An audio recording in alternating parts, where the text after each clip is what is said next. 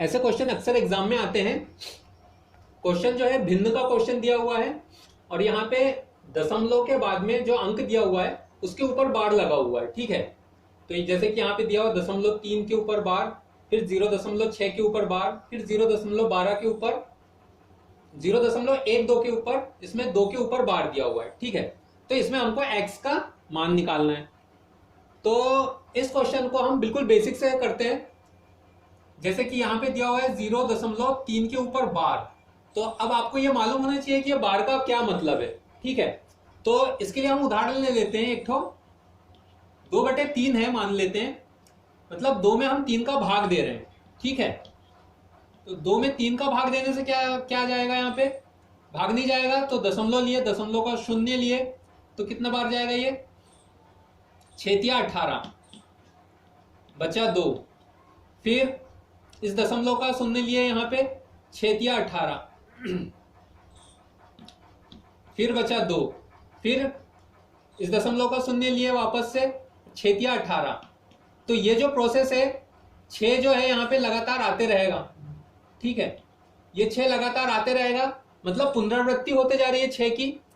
तो इसको बार बार लिखने से ज्यादा अच्छा ऑप्शन निकल गया है यहाँ पे कि इसके ऊपर बार लगा देंगे हम, ठीक है। ये बार या पुनरावृत्ति का साइन है, इसको लगा दिए का मतलब ये है कि ये जो 6 है बार बार रिपीट होते जा रहा है यहाँ पे। तो ये इसका बेसिक हुआ। अब इसको हल कैसे करना है, जैसे यहाँ पे ये 3.2 दिया, 0.3 लिखा हुआ है अपने पास में, तो इसको हल कैसे करेंगे। यहाँ पे क्योंकि एक अंक के बाद में बार लगा हुआ है, तो हम यहाँ पे 10 - 1 करेंगे और ये दशमलव हटा देंगे, ठीक है। तो ये क्या आएगा फिर 3/9, और ये कटा तो क्या आया 1/3।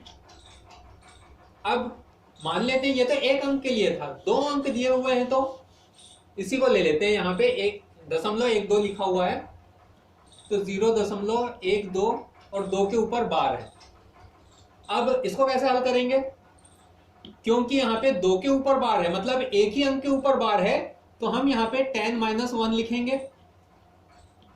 अब क्योंकि ये बार वाले अंक के पहले 1 लिखा हुआ है, तो ये दशमलव हटाने के बाद में तो यहाँ 12 लिख लेंगे हम सीधे, और बार वाले अंक के बाद में 1 लिखा हुआ है, तो यहाँ से -1 करेंगे और बटे में 9 आ जाएगा।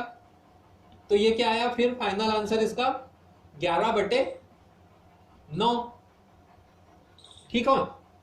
अब इसी प्रकार मान लेते हैं 3 अंक है, मतलब 0.112 और 2 के ऊपर बार है। तो इसको हल करने के लिए, क्योंकि एक अंक के ऊपर बार है, यहाँ पे 10 - 1 ले लेंगे। अब यहाँ पे पहले ये दशमलव हटाएंगे, तो ये 112 तो लिख ही लेंगे, माइनस बार वाले अंक के पहले 2 अंक जो दिए हुए हैं उसको माइनस कर देंगे, और इसके बटे में क्या आ जाएगा 9, मतलब 112 में से 11 गया तो 101/9 आएगा, ठीक है। अब इसी प्रकार मान लो किसी भी 2 अंक के ऊपर बार लगा हुआ है, तब क्या करेंगे अपन, कैसे हल करेंगे उसको। 0.2233 और 3 के ऊपर बार लगा हुआ है, ठीक है। तो अब इसको हल करना है, तो क्योंकि यहाँ पे इस बार 2 अंकों के बाद में बार लगा हुआ है, 2 अंकों के ऊपर बार लगा हुआ है, हम यहाँ लेंगे 100 - 1। अब इसको हल करेंगे तो ये क्या आएगा, दशमलव हटाए तो 22, 33 माइनस, क्योंकि 2 अंकों के बाद बार है, 2 अंकों के ऊपर बार है, और बार वाले अंकों के पहले जो 2 अंक हैं उनको हम यहाँ पे माइनस कर देंगे, ठीक है। और बटे में क्या आएगा 99, तो इसको घटाए तो क्या आया ये 22 11/99, ठीक है। तो ये बेसिक था इसका। अब हम सीधे आते हैं क्वेश्चन पे कि क्वेश्चन क्या कहता है।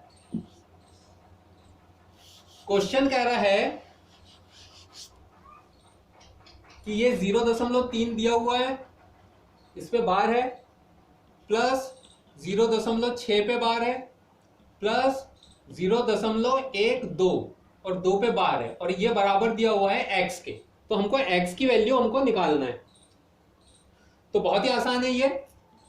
x बराबर क्या लिखेंगे अब इसको, क्योंकि एक अंक के ऊपर बार है तो ये 3/9 आ गया, प्लस यहां पे भी एक अंक के ऊपर बार है तो ये क्या आएगा 6/9, प्लस यहां पे एक अंक के ऊपर बार है तो ये क्या आएगा 12 माइनस 1/9। ठीक है, इसको हल करते हैं तो ये क्या आया 3/9 प्लस 6/9 प्लस 11/9, क्योंकि यहां 9 जो है सभी में है कॉमन नीचे हर में, तो 9 जो है इसका एलसीएम हो जाएगा। अब ऊपर वाले अंकों को हमको जोड़ना है, तो 11 में 6 जोड़े तो 17 में 3 जोड़ा तो 20। ठीक है, x की वैल्यू क्या आ गई 20/9। अगर ऑप्शन में नहीं दिख रहा है तो इसको और तोड़ लेते हैं, भाग दिए इस अपन ने तो सॉरी 9 दूनी 18, 2 सही 2/9 आया, 9 दूनी 18 प्लस 2 तो 20 हो जाएगा, क्योंकि तो x की वैल्यू क्या आ गई अपने पास 2 सही 2/9, जो कि आपका ऑप्शन सी है।